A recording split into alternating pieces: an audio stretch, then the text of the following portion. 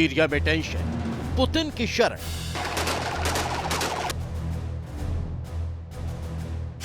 असद सरकार का अंत, सीरिया में एचटीएस राज की शुरुआत।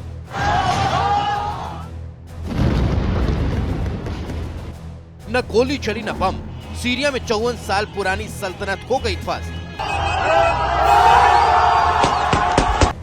बिना लड़े विद्रोहियों ने बशर वंश के शासक का न सिर्फ अंत किया, बल्कि उसके मुल्क पर कब्जा कर अपनी जीत का झंडा भी गाड़ दिया।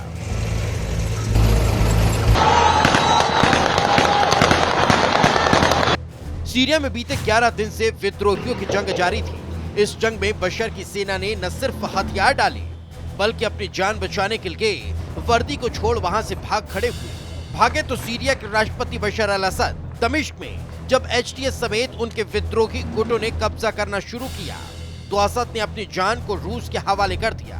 विमान में सवार हुए और दावा किया गया कि उन्होंने मॉस्को में शरण ले ली है।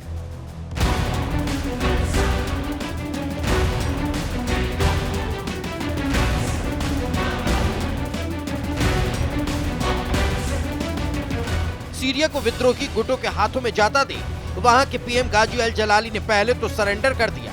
एचटीएस के नेता गुलानी को सत्ता हस्तांतरण की बात तक कह दी।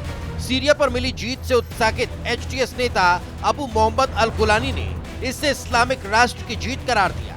दमिश्क में उन्मियाद मस्जिद में असद को ईरान की कठपुतली और सीरिया को ईरान के लालच का खेत बताने का असद पर आरोप लगाया।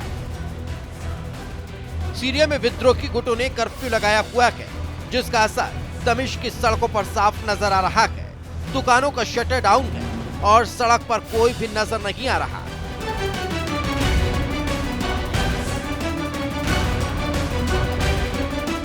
असद सत्ता से बेदखल होने और विद्रोही गुटों के कब्जे के बाद अब रूस ने यूएनएससी से मामले में इमरजेंसी बैठक की अपील की है। तो वही तुर्की ने भी सीरिया में स्थिरता लाने विश्व बिरादरी से मदद मांगी है। विदेश मंत्री हकन फिदात ने कहा, As of this morning, Syria has reached a stage where the Syrian people will shape the future of their own country. The international community must support the Syrian people. The new administration must be established in an orderly manner.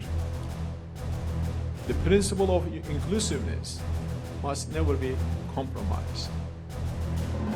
There must never be a desire for revenge. Syria में तख्तापलट के दौरान मचे विद्रोह के दौरान हुई मौतों का आंकड़ा सामने आया है। युद्ध निगरानी संस्था के मुताबिक 27 नवंबर यानी पिछले 11 दिनों में 910 लोग मारे गए, जिसमें 138 नागरिक और 392 विद्रोही लड़ाके शामिल हैं। 380 सीरियाई सैनिक और सहयोगी लड़ाके। एचटीएस के कब्जे के बाद से वो इजराइल जो उनका साथ दे रहा था, वो सतर्क हो चुका है।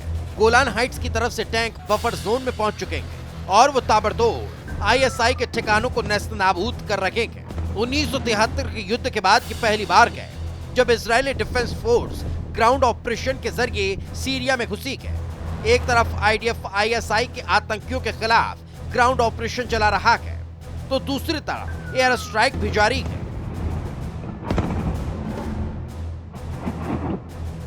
सीरिया में भले एचटीएस का कब्जा है, लेकिन मुल्क में सरकार किसकी होगी? कौन होगा सीरिया का नेता? क्या एचटीएस का साथ आईएसआई फिर से अपने फन उठाएगा? क्या फिर से चमेली के शगर में बारूदी गंध की महक आएगी? इन सारे सवालों का जवाब भविष्य के गर्त में छिपा है। Bureau report, Republic Bharat.